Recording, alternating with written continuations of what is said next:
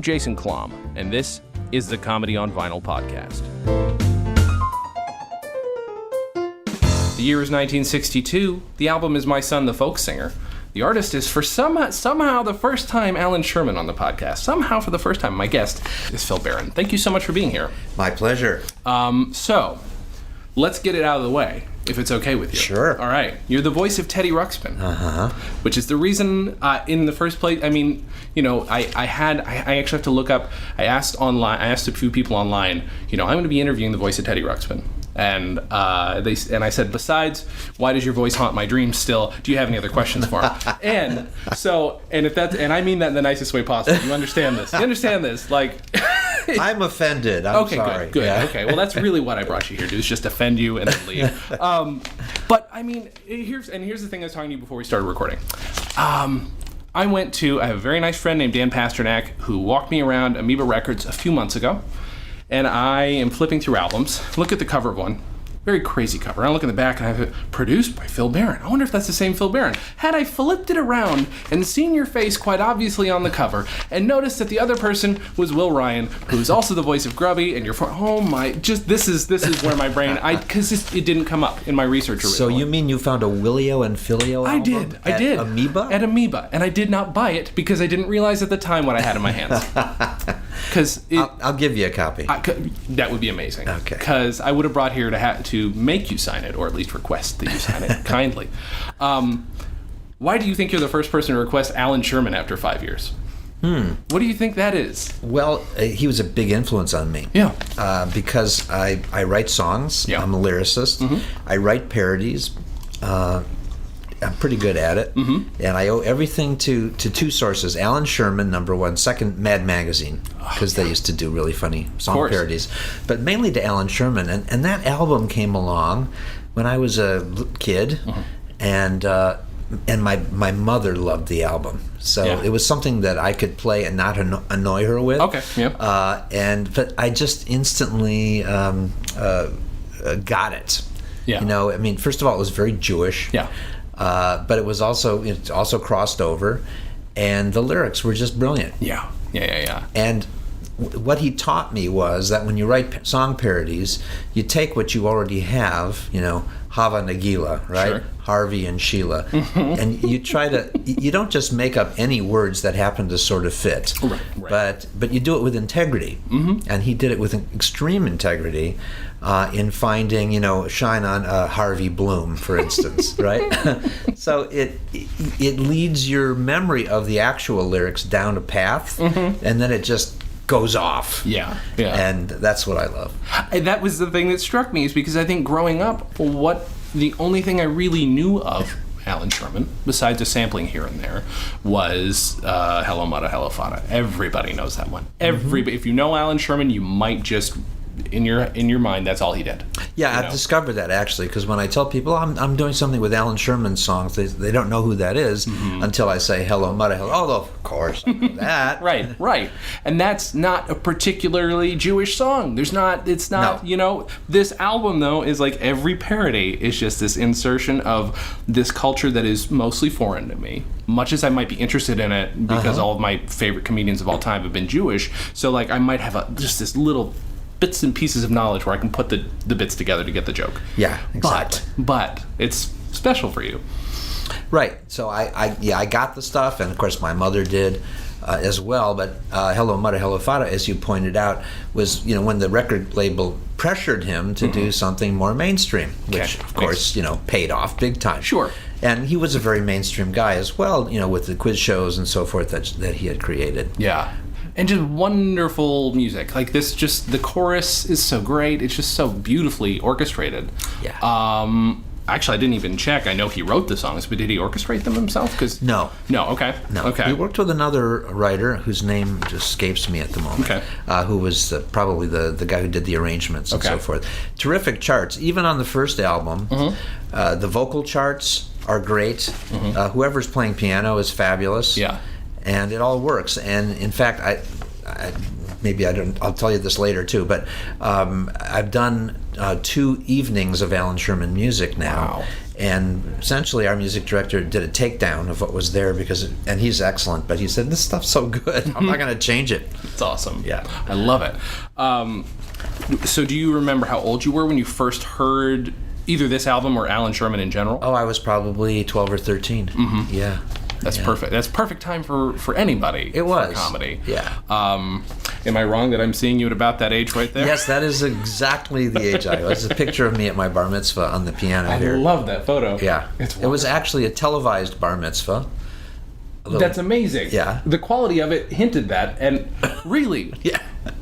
And why? So here I'm about 13 and a half. The local television station in Cleveland, Ohio, Channel 3, where the Mike Douglas show was filmed at that time. Oh, right, yeah. Invited our rabbi and Cantor down to be on a show called Faith. Every Sunday they had Faith. And it was about different religions and what they do. And one Sunday they did a bar mitzvah. And so I got hired as the bar mitzvah kid. Wow. And I even had actor parents. Yeah, they were probably like big donors to the synagogue, right? And so they had a real photographer there. So I remember being on the set, and right across from me was the Mike Douglas set. Yeah. And here I was, pretending to be a bar mitzvah boy, which I kind of was. And I had to learn a whole new reading from the Torah and everything. Yeah, it was a big deal. But anyway, it was fun. Somewhere I have a recording of it, which has probably already, fallen apart or melted or something. But I do have that somewhere. That's fantastic. I've never heard of such a thing. That's great. Yeah. Wow. So I'm assuming that's your first taste. That was my first television. No, it wasn't my first television appearance. Actually. No? First one was on the Uncle Jake show. There was a guy named Gene Carroll. Okay. Okay, for those of you out there who really are collectors of rare nostalgia, Gene Carroll did a couple of children's albums back in the 50s, and he had a show called The Uncle Jake Show, and I was on there, and I remember I sang Home on the Range while eating a donut. I wasn't supposed to be eating the donut, by the way, but I did manage to do that. That's fantastic. Oh my goodness. Okay, so you hear this album. Are there, so 12, 13, I'm trying to think, is any of this going over your head? Or is it is there anything you had to that you were laughing along because your parents were laughing at it? Or... Oh, probably. Yeah. Because now I listen to it and I realize how brilliant the stuff is. And then I just liked it. Yeah. Didn't know why. Sure. So I'm sure I missed some things. Sherman was a genius at cultural references. Yes. So he mentions all these cultural references in his song. I'm sure I didn't get a lot of those. Yeah. In fact, today, a lot of people don't get them either. That was my trouble. So, right? Like BBD and O. And what was it? The PDX machine? Or the PBX machine. A and P. Right, you know A and P? I do know A and P. Okay, because those are, a charge-a-plate. Now, you're probably too young to remember a charge-a-plate. No idea what that is. Okay, so he mentions charge-a-plate in Harvey and Sheila. A charge-a-plate this is the forerunner to the charge card. Oh, to the credit card. Yeah. It was called a charge-a-plate, and it was maybe about 2/3 the size of a credit card, and it was metal. Wow. And I don't know, they ran it through some kind of machine, and it had, the bumps on it, and it charged you somehow. He mentions, XKE, GOP, FHA, Layette, Macy's, RH Macy, as it was called in those days. And he does this in a lot of his songs, so to say that I got it all, no, I didn't. Sure.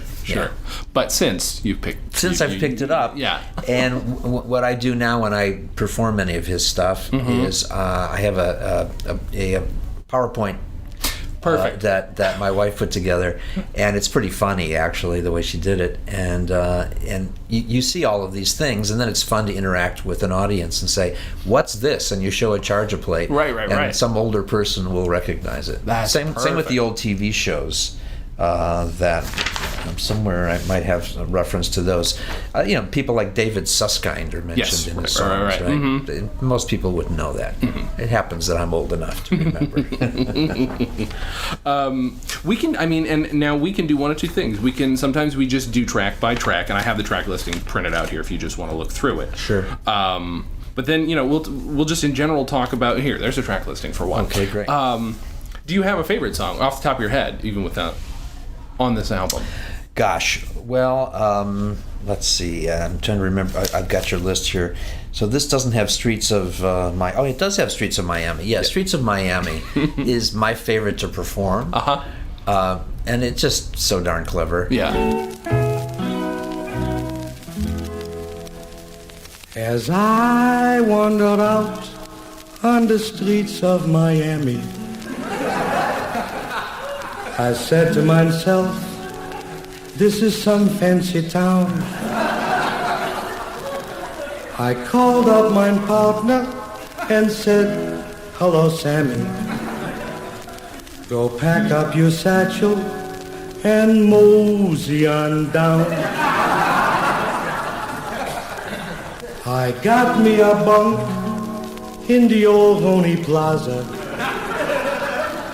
with breakfast and dinner included, of course.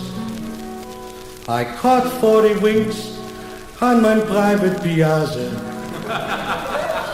Then I rented a Pinto from Hertz Rent-A-Horse. He rented a Pinto from Hertz Rent-A-Horse.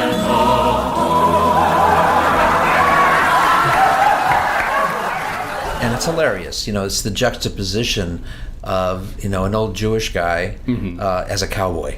Love it. And of course at the time all those cowboy films were really big. Sure. High Noon, things like that. So it has a High Noon kind of flavor, but with a Jewish accent. Yeah, it's fantastic. So, that was one thing is I like he picks and chooses when he's going to do an accent or That's right. And it seems to hit just the right spot every time. Yeah, I know. And what's interesting about it is although Jews were very much in the culture at the time, that kind of accented immigrant sort of Jewish experience was more, I'd say, isolated to the Jewish community itself. And what's fun is that people reacted to it. And I think it was true in many cultures. Italian accents, sure, the Irish, all those things were used for comic effect. Yeah, and he did it brilliantly. And you're right, he didn't do it over the top. He did it in a cute way that people who weren't maybe on the inside of that would get it. Sure. And the other thing I like too is being that this is an album of folk parodies. He gets to play with other cultures, but the way he's picking is not making fun of the culture. He's just inserting his own culture into it, and I love that that's the lens that he does it with, because it's not, right. You don't need to always worry about being offensive necessarily, but this is the least offensive way I think to do that. Yeah, it is brilliant. And for instance, Sir Greenbaum's Madrigal. Yes. Is a perfect example of that. Right? We're taking something that, Greensleeves being very British and kind of a little bit stuffy, but also very reflective of British culture. And then he does Green Bomb, and when he gets to that word, the audience goes crazy. Oh yeah, they go nuts every time. Yeah. By the way, evidently the audience had been drinking rather heavily before they hit record. Love it. So that helped also. That is fantastic. I couldn't picture how big of an orchestra or band that he had with him. Do you know? Well, let's see. What we did was just with like a trio, piano, bass, and drums. He might have had a couple of horns in that first album. I'd have to hear it again. Sure. But of course, in the second album, by the time we got to Hello Mutta, you had big orchestration. Yeah.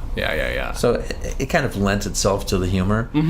Something about the first album, though, being live, more or less, and having a little bit of a shticky improvisational quality, I think worked to its advantage. Yeah, that's true. Yeah. So we've gone, let's see, So Sorry. So this starts out with maybe the most familiar song that's being parodied. I think most people know Battle Hymn of the Republic. I think that this is where I got uncomfortable, because I'm like, oh no, it's immediately going over my head. and I feel like there are maybe some references that are not necessarily references, they just feel a certain way. And maybe you can explain the song better to me. Right. This is going to be fun. This is one of those episodes where please explain to Jason what this album's about, because here's how you know he's really brilliant. because he sets you up and then he just hits home. So he sets you up by saying, I'm singing you the ballad of a great man of the cloth. So already there's a pun. Yes. His name is Harry Lewis, and he worked for Irving Roth. Okay, so you think, okay, cloth and Roth, that rhymes. Sure. That's really great. Sure. But he's setting you up so that later he can say, oh, Harry Lewis perished in the service of his Lord. He was trampling through the warehouse where the drapes of Roth are stored. Which I think is fantastic. See, here's where I thought is like, maybe these are names I should know, but these are just his fictional names. See, that takes guts. Right. Just like, I just made up some characters for you. Well, he uses names all the time. Yeah, that is true. Yeah. Harvey and Sheila. Right? Harvey Bloom is on the moon. Sarah Jockman. Yes. Yeah, which we'll get to, is on this album too. So, of course, Harry Lewis is a great one to start with, and that line telegraphs that this is going to be a lot of fun, right? Okay, then he gets to shake hands with your Uncle Max. All right, so, and this is dear old Donegal, right? Okay, so it's Harrigan, it's all the Irish names, right? Now he taps into something interesting too that's happening culturally at the time, and my dad was a musician until he was in his 50s, and then right about this time, a little bit before, the television came out, and the whole music business went down the tubes. Sure. And so he became a salesman. So there was this whole thing about salesmen, right? Door-to-door salesman, siding salesman, furniture salesman, but a lot of people went into that. My dad was an immigrant, so he didn't have a great education. So this was a way for people to make a living. And after the war, there was a whole lot of that, partly because the economy was doing so well, right? Actually. So if you didn't have an education, you went into sales.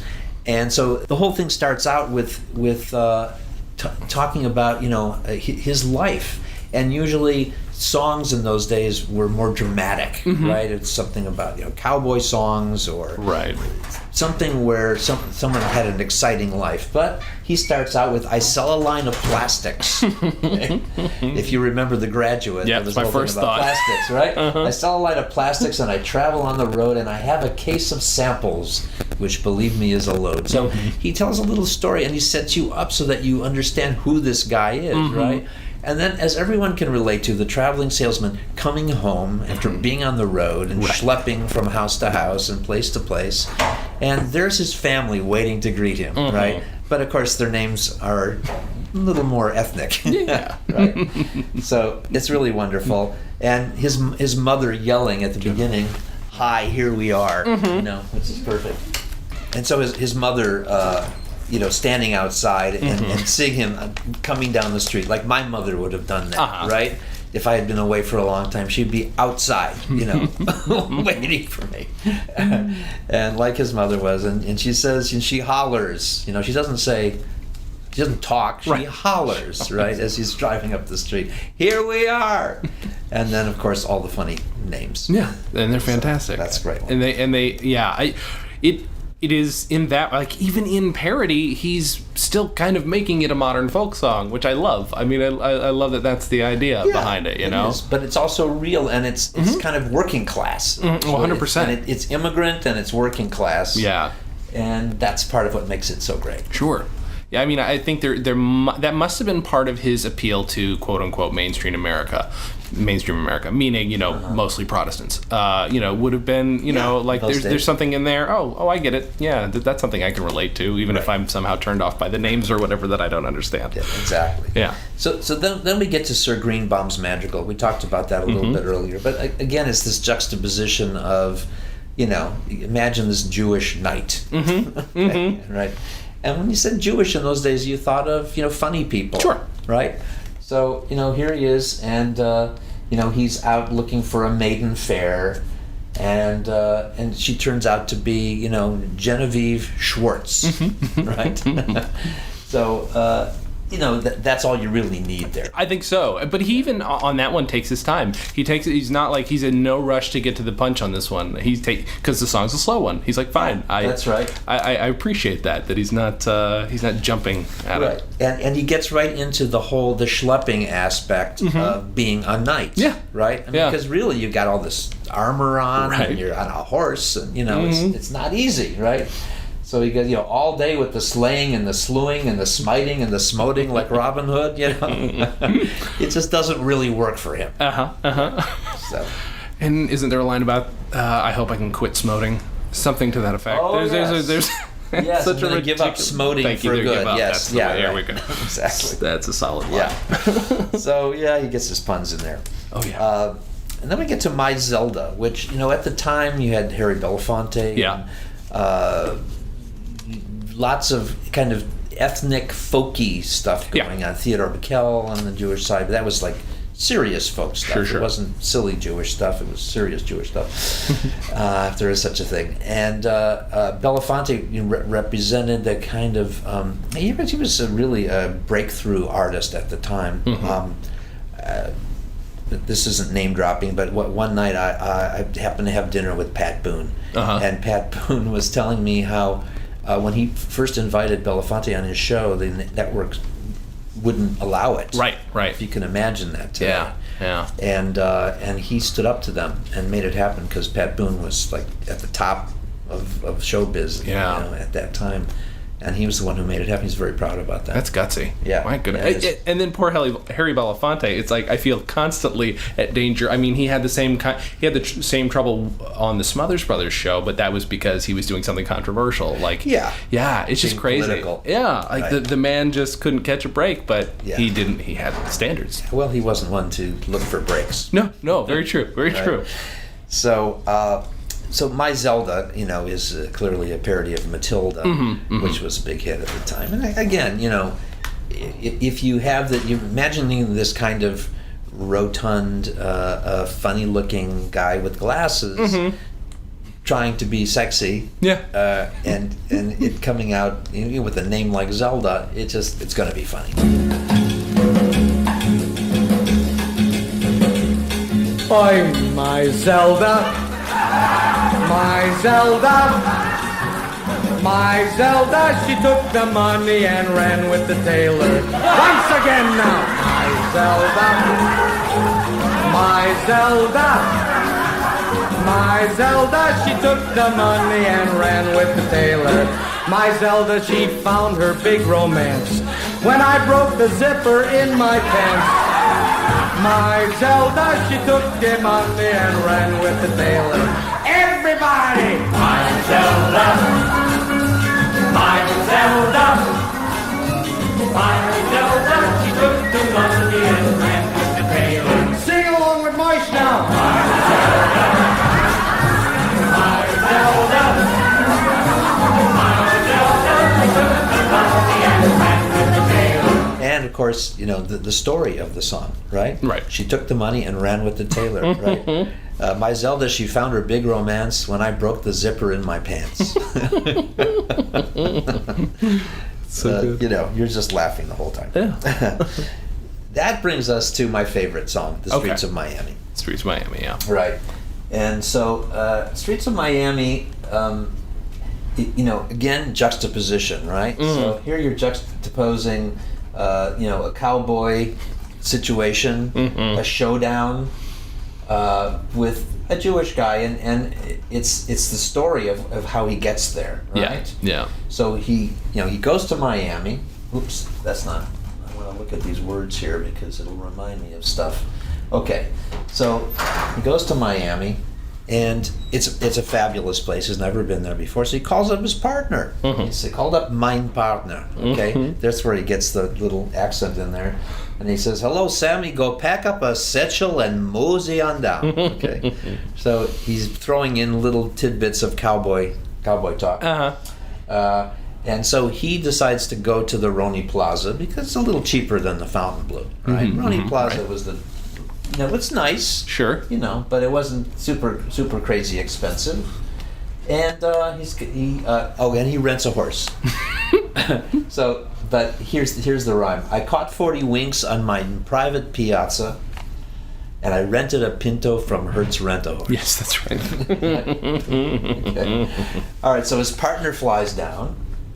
Now, I didn't get this when I was a kid, on a non-scheduled airline. I didn't know what that was. Today we would call it a private jet.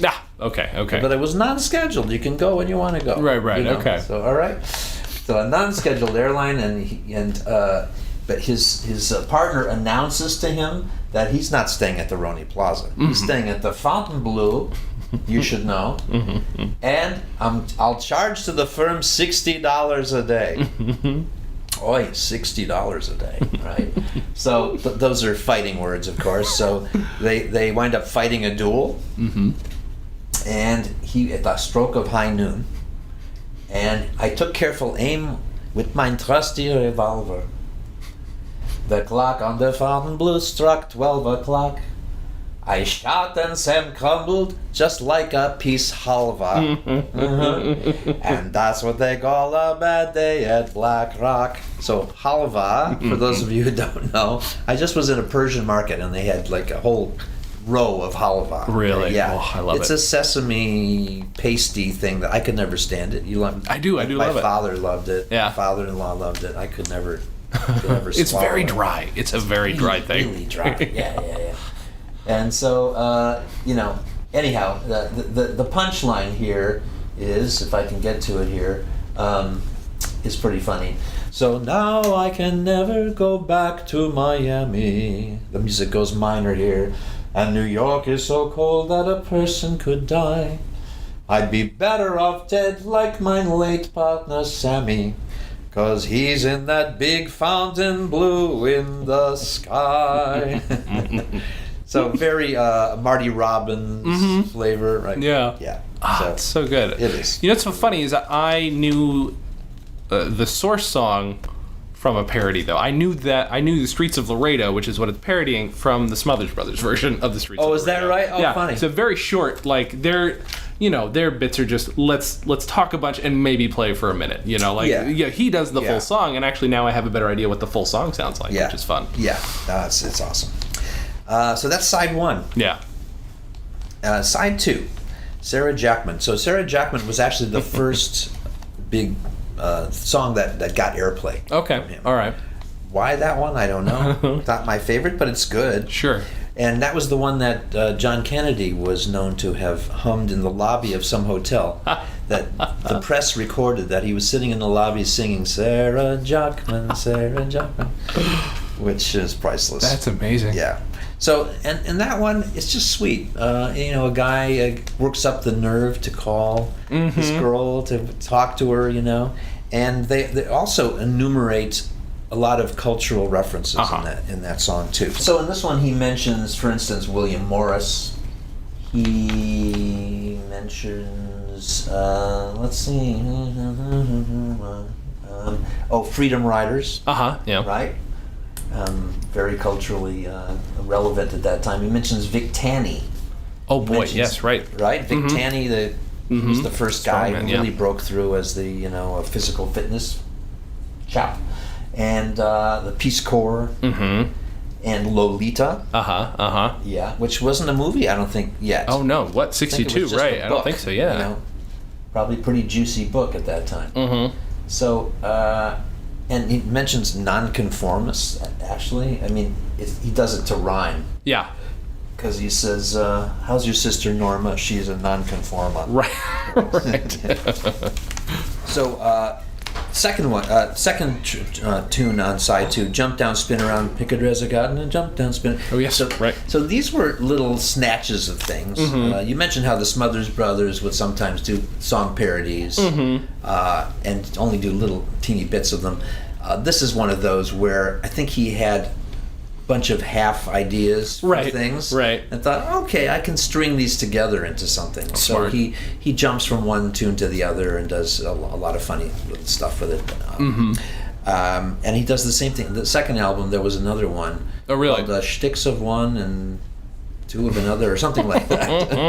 Of course. Seltzer Boy is another one of those Harry Belafonte kinds of tributes. It's actually pretty funny. As a kid, you know how when you have vinyl, it's very easy to just go back and listen to the same thing over and over again. Sure. I mean, you could do that with CDs too, but it was more fun with records. So certain ones I would listen to a lot. This was not one of them. Yeah. Yeah, I guess I didn't quite get it that much. I mean, it's funny to me, but there's something I'm still missing. So you can maybe you can help me out here too. Okay, well, seltzer. Okay, what's funny about seltzer? If you go in a deli, at least in the old days, right? Seltzer was the drink, and they had a name for it. Do you know what it was? No. 2 cents plain. It's called 2 cents plain. That's what you would order in a deli. So it was probably 2 cents at one time, right? And it was just bubbly water. Now you pay, a couple of bucks for a glass of Pellegrino. Yeah. In those days, it was 2 cents plain. Interesting. Okay. And if you added chocolate sauce to it, you got a chocolate phosphate. Sure. So, like when I went to the deli with my dad, it was a corned beef sandwich and a chocolate phosphate. That was those required. go together? Do those? I mean, all right. Evidently. Okay. I haven't had corned beef in a long time, but chocolate phosphate I've had. It's pretty good. That sounds good. Yeah. Oh Boy, which is one I haven't performed myself, and I when I listened to it, when you sent it to me, I thought, why have I not done this? This is perfect. Yeah. And it's filled with cultural references. For sure. Truman Capote and people I've never heard of, and Edna St. Vincent Millay, and all these cultural references. Definitely. And it's funny. What's funny about it is that his reactions, you can say "oh boy" in a lot of ways. Sure. Okay? Like, I make fun of my wife because when she has a cold, she'll blow her nose and go, "oh boy, oh boy," right? But you can also go, "oh boy," right? Like you're happy, or you can go, "oh boy," right? Or "oh boy," So it's very expressive thing, right? And the fact that he uses the Mexican hat dance, dun dun dun dun dun dun, oh boy, also, again, juxtaposes something that's totally so not Jewish to makes it Jewish, which is funny. Sticks and Stones is, like I said, something like what was on the other one, and it's another medley. It's another combination of lots of funny little things. So this one, little David Susskind, shut up, please don't talk, little David Susskind, eat first, then you'll talk. Okay, again, that's a Jewish kind of expression. This one was very memorable. God bless you, Jerry Mendelbaum, let nothing you dismay. This May you had a rotten month, so what is there to say? So this is the schmata business, right? Jerry Mendelbaum is in sales, right? He had a bad month, but it's, funny Christmas parody, right? What else is on here? Oh, when the painters go marching in. Now, this was my grandfather. My grandfather could not say painter. My grandfather was in construction. He was a carpenter. No, he was a carpenter. So, painters and carpenters were just people that were in my life a lot growing up. So, love it. So I certainly got that. God bless you, Jerry Mendelbaum, let nothing you dismay. Dismay, you had a rotten month, so what is there to say? Let's hope next May is better, and good things will come your way, and you won't have a feeling of dismay next May.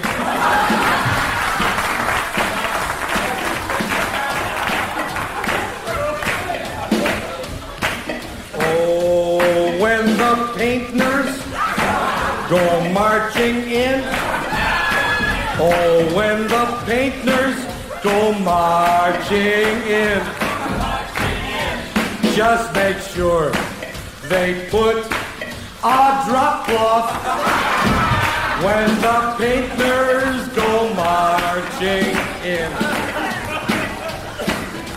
Yash got a bottle of Geritol. Is Geritol still on the market? I don't think it is. I only know it again as a reference to, It was something old people would take. Why? It made them peppy. Right. Made them peppy, yes. And, other funny songs like, Oh, I'm Melvin Rose of Texas, and my friends all call me Tex. When I lived in old New Mexico, they used to call me Mex. So things that perhaps didn't deserve to have full versions. Sure, of that, sure, yeah. Right? Mammy's little baby loves matzah, matzah. That one I loved. Right? We're recording this right before Passover, so Yeah, yeah. you can relate to that. So he would do these little pastiches of just crazy ideas that he had. Mm-hmm. I and again, is there something to it when you're performing it yourself? Do you? I mean, you've got a bit of a trudge ahead of you in that you have to explain the stuff you're about to do, but you still get to make it funny. But do you enjoy the fact that you're getting to just educate these people about something they just would never have looked up themselves? Yeah. No, that's really what the fun of it is, and I realized that recently when we did this again, and I realized that the catch, that what makes all of this interesting is exactly that it's a little time machine. For anyone who certainly was alive in the 50s or 60s, definitely, and for those who weren't, it's still interesting to look back on this and realize that the world as it is today just wasn't always like that. Yeah. You know, and it won't always be like this either. That 30 or 40 years from now, we'll be looking back at some of the stuff that people did today, and with some amusement. Definitely. Yeah. I think it's the only way to do what you're doing without it just being nostalgia, because nostalgia is great, it makes you feel good for a bit, but you get to add this layer to it, and people don't really do that with older music that they like, No. Giving people that kind of context, I think, is that's right. helpful, It makes it really interesting. Can we talk a little bit about then your own career as a musician? Sure. And a comedian? Sure. So when does it start? What for you? When does it all happen? Wow. Well, it started when I've always been a singer since I could talk, basically. And so it started with my grandparents having their friends over every couple of weeks and putting me up on the kitchen table and having me sing to them and them throwing money at me. And I thought, this is a decent way to make a living. Right. Right? Because I like doing this, and it pays, in cash, no taxes. So it started then, and with the Allan Sherman stuff and some of the other records I listened to as a kid. Al Jolson was a big influence, and just kept going. So professionally, and I started playing in bands back in the '60s, and. That was a lot of fun. And then somewhere in the 70s, I met a guy named Will Ryan, who's fairly well known as a voiceover artist, been in a lot of films and cartoon shows and so on. And he was just a brilliant guy. And we one night got invited to perform in a church. I did, actually, in a church basement. And I said, hey, Will, why don't you want to do this with me? Let me back it up a little further. Okay. He and I music directed a show in New York together. Okay. So I had done some of that. I did the first outside of New York version of Godspell. Really? Yeah, the first road sort of version of that. And then had a show optioned in New York, and Will had some things going in New York, and I was in the pit in Godspell back in the 70s, early 70s. And then so I knew Will a little bit through that, but anyhow, I had got this offer to do a job, and I thought, well, Will's funny, let's invite him to do this with me. And so we did this, and we spent about a week or two getting ready for this, and we had a great time getting ready for it. And we were a huge hit. Yeah. And we came off the stage and we went back in the dressing room. We looked at each other in complete disbelief at how much people liked it and how funny they thought we were. So we kind of figured, well, if we fooled them once, we could fool them again. So we kept performing, and eventually recorded and got an album to the Disney people. Okay. Meanwhile, we had a morning radio show. We had a TV appearance once a week in Cleveland, and we were kind of well-known-ish. Wow. And thought, well, let's try out L.A. So we got this album to Disney, and we got a call from them.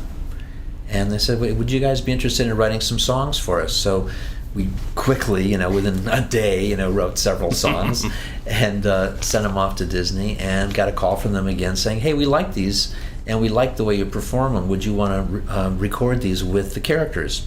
So that album became Goin' Quackers. Yes. I found some of that online. Okay, great. Yeah. That's crazy. So that was Goin' Quackers, and we did 3 albums with Disney at that time. And that was 1980. And then around 1983 or 82, I guess it was, they were developing the Winnie the Pooh show over at Disney. Welcome to Pooh Corner. Yes, And yeah. so they asked us if we wanted to write some songs for it, and we wound up writing a lot of songs for it, like 60-some songs. Wow. And then we did 120 episodes, and then they did another series of the same production company called Dumbo Circus. Oh yeah, right. And so I wrote the theme song for that, and about another 60 songs, and Will worked on it too. And I did the voice of Piglet on Pooh Corner. Oh, that's right. as Yeah, well. yeah. And Will was Rabbit and Tigger. That's great. And then I produced the music for the Dumbo show. Okay. So then, as that was wrapping, I got a phone call late one night from a guy I had known at Disney called George Wilkins. And George had been head of the music department over at Disney, and he was now working on this toy. And he called me, it was like 10:30 at night, and he said, hey, we've got this talking toy, and there's a guy doing the voice, but he doesn't sing.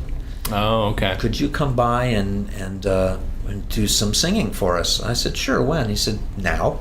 I said, okay. So got on my clothes and drove over to a studio over in North Hollywood and recorded the songs, and they got on the talk back and said, would you read some lines for us too? And so I said, hi there, how are you? I'm Teddy Ruxpin. Can you and I be friends? I really enjoy talking to people, especially Jason. And so that was it. Wow. Yeah, so that was about 3 or 4 years of solid stuff. We did 65 episodes of TV series. Oh, yeah, we right. did 30 to 40 pieces of, tapes that went in the toy. Yeah. And a whole lot of other stuff. And, I mean, it was crazy. Yeah, see, that's the thing that's like it just occurring to me. Well, it already occurred to me several times, but I know how badly I wanted a Teddy Ruxpin when I was 5. Okay. But the idea that your voice, at least in the English-speaking world, is everywhere, did that hurt your brain a little bit? Yeah, I try not to think about it too much. Yeah. And when you're recording this stuff, I always try to just think of one kid, because it's usually one kid who's listening to you in bed, and just try to keep it there and not get too crazy with it. No, that makes sense, because otherwise it's not a performance in the traditional sense. You're not like, hey, everybody. Yeah. Man, that's a good little piece of acting work that maybe that's, Yeah. Yeah. There's an intimacy to it. And, and fortunately I have that kind of softer quality voice. Sure. And just worked for that. And I got really very much involved with that whole project. I became the head writer for the TV series. Wow. And although I'm not credited that way because it was a Canadian co-production. Oh, okay, yeah. So I was the story consultant. And my wife Michelle worked on the show, and she did some voices on it also. Really? She played my mother at one point, which is a little weird. And I wrote some of the song. I wrote a lot of the lyrics with George. And in fact, George and I and Michelle have another project that we're working on together even now. Really? Yeah. That's great. Yeah. I drive up Ocean Parkway, and before I stop the car, my ma leans out the window and she hollers, here we are. Shake hands with your Uncle Max, my boy, and here is your sister Cheryl, and here is your cousin Isabel, that's Irving's oldest girl. And you remember the Tishman twins, Gerald and Jerome. We all came out to greet you and to wish you welcome home. Meet Merowitz, Barowitz, Handelman, Shandelman, Sperber and Gerber and Steiner and Stone, Moskowitz, Lubowitz, Aronson, Behrens, Feynman and Friedman and Cohn, Smolowitz, Wallowitz, Teitelbaum, Mandelbaum, Levin, Levinsky, Levine and Levi, Brumberger, Schlumberger, Minkus and Dinkus and Stein with an E-I and Stein with a Y. One person did ask how long did all the recording take for Teddy Ruxpin? But I guess we could say the first tape. Do you know how long that was? It one long session, or did you do it a bunch? Yeah, I think we did pretty much a session for each of the tapes. Okay. Including the songs. Okay. So, we'd get the songs ahead of time and learn the stuff, and then hopefully, go in and knock those out. Yeah. The TV series, we would do 5 episodes. We recorded those in Canada, in Ottawa, long way away. So we would fly up for a long weekend and do 5 episodes. Wow. Including songs. And we should point out then, which maybe we mentioned earlier, but that your musical partner, Will Ryan, is then the voice of Grubby. Correct. To whom you were at one point umbilically connected by a 1/4 inch cable, which is the weirdest thing in the world. Right? I hadn't thought about that. It's very strange. But I had them both because where did my parents get the money? I don't know. Maybe I was just that angry of a kid. I was like, you have to give me this. Oh, how cool. I don't think I was that kid. Now, here's a little bit of trivia for you. The guy who played Gimmick, Newton Gimmick, right? Yeah. The mad scientist guy. Yeah. Not so mad, but kind of absent-minded, was Tony Pope. And Tony and Will and I did another show together before that, a couple years earlier, called The Rainbow Patch. That one would really be testing people's trivia knowledge. It was on NBC owned and operated stations around the country. Okay. It was a TV show, and Will and I were on the show as performers. So we would usually do a goofy song. With Mark Hamill was a guest. They had guest stars on the show. Kareem Abdul-Jabbar. Amazing. Bruce Jenner was one of the people on the show. Really? Yeah. And we would usually do a song with one of these people. And then the 3 of us would get behind the piano and be puppeteers.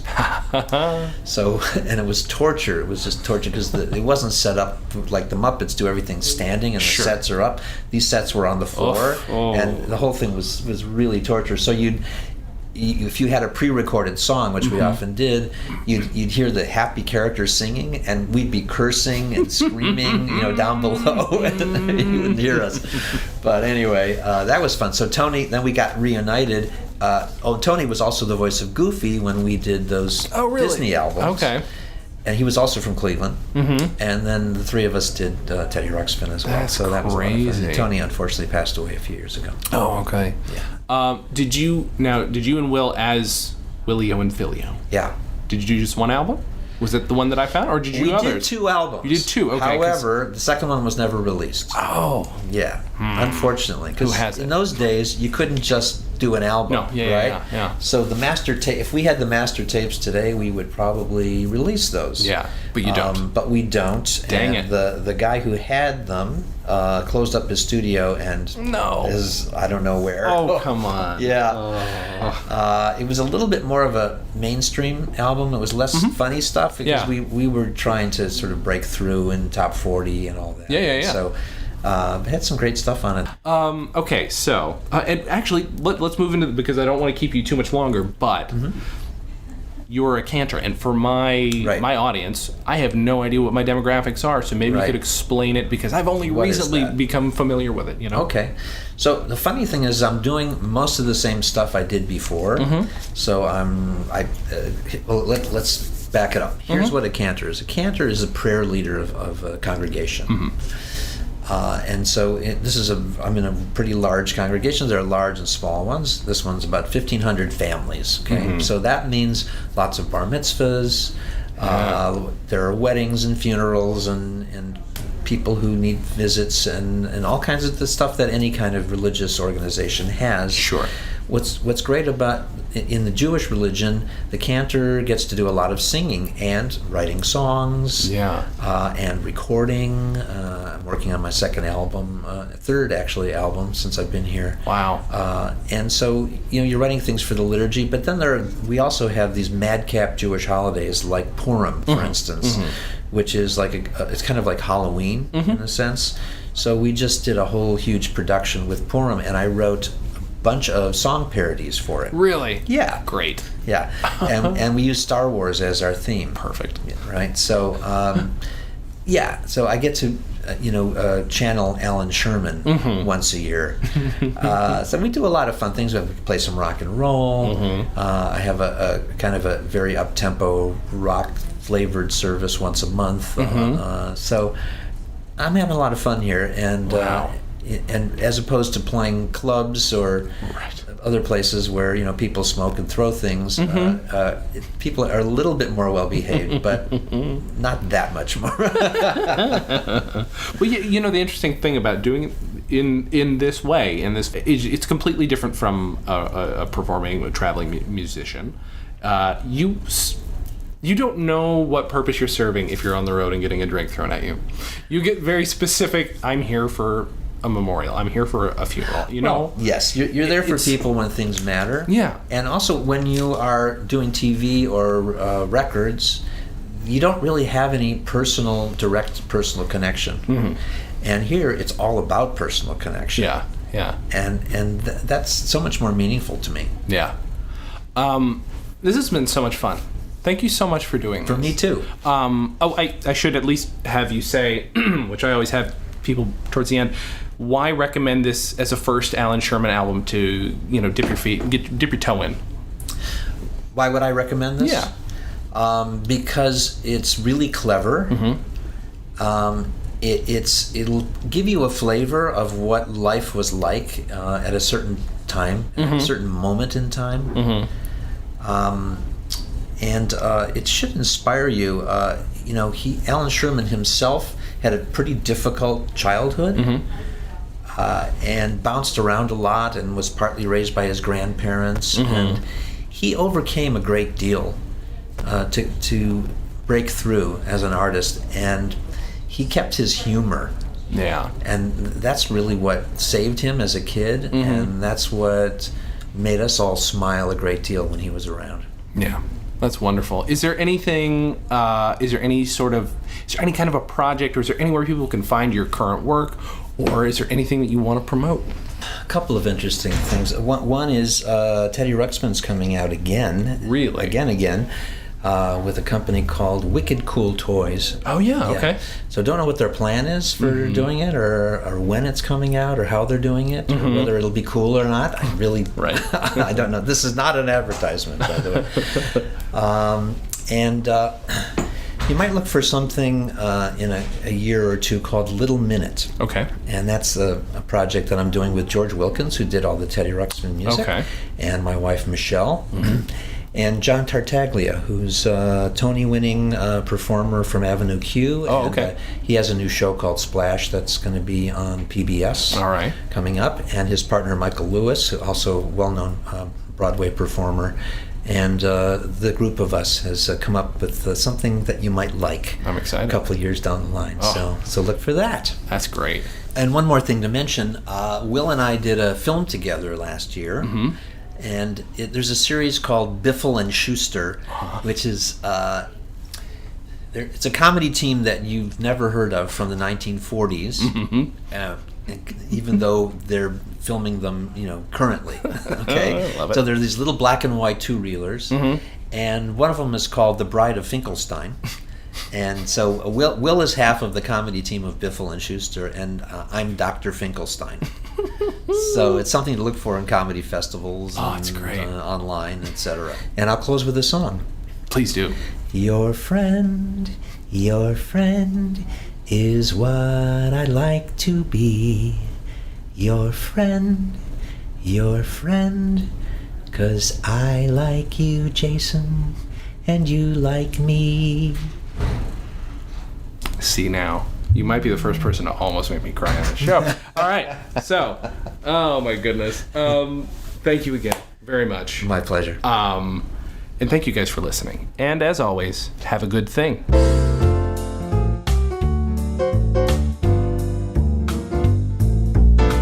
Comedy on Vinyl is a production of Stolen Dress Entertainment. It is produced by Mike Warden and is hosted and edited by Jason Klamm. Our theme song was composed and performed by Richard Levinson. Please visit stolendress.com to listen to our other podcasts, read our blogs, read our tweets, watch our videos, and read our books. Please subscribe on iTunes, and if you like us, give us a 5-star rating and a nice review. You can find us on facebook.com/comedyonvinyl, Twitter @comedyonvinyl, and find everything else at comedyonvinyl.com.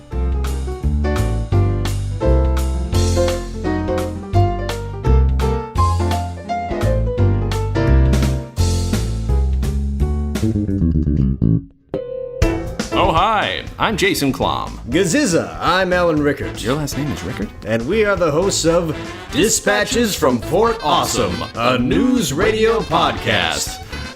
This is Jason again. I host the well-reputed... Reputed. This is Alan.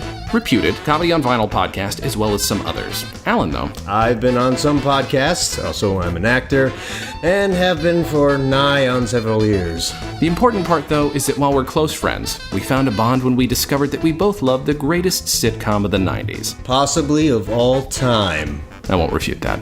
The podcast will go through the entire series, from episode 1 to episode 97. We'll be talking with other fans of the show, people who worked on the show, and you. That's right. You can email your questions about the show, and I'm not kidding here, to freakzilla@scopenet.com. That's right. We'll either try to get the answers for you ourselves or direct from the people who put the show together. It's a dream come true. You can also call and leave a voicemail for us at 646-801-WNYX. If it's relevant or funny or even stupid, as long as it's news radio related, you have a good chance of it getting played on the show. Dispatches from Fort Awesome, a news radio podcast. All of this talk of aged lunch meat and ghosts has made me peckish. Equally dumb closing quote. Damn it, Allan. Sorry. That's in parentheses. I shouldn't have actually said that. Please subscribe to Dispatches from Fort Awesome on iTunes, give us a 5-star rating, and write us a review. It helps. You can find us on Facebook, Twitter, and Instagram at WNYX News Radio.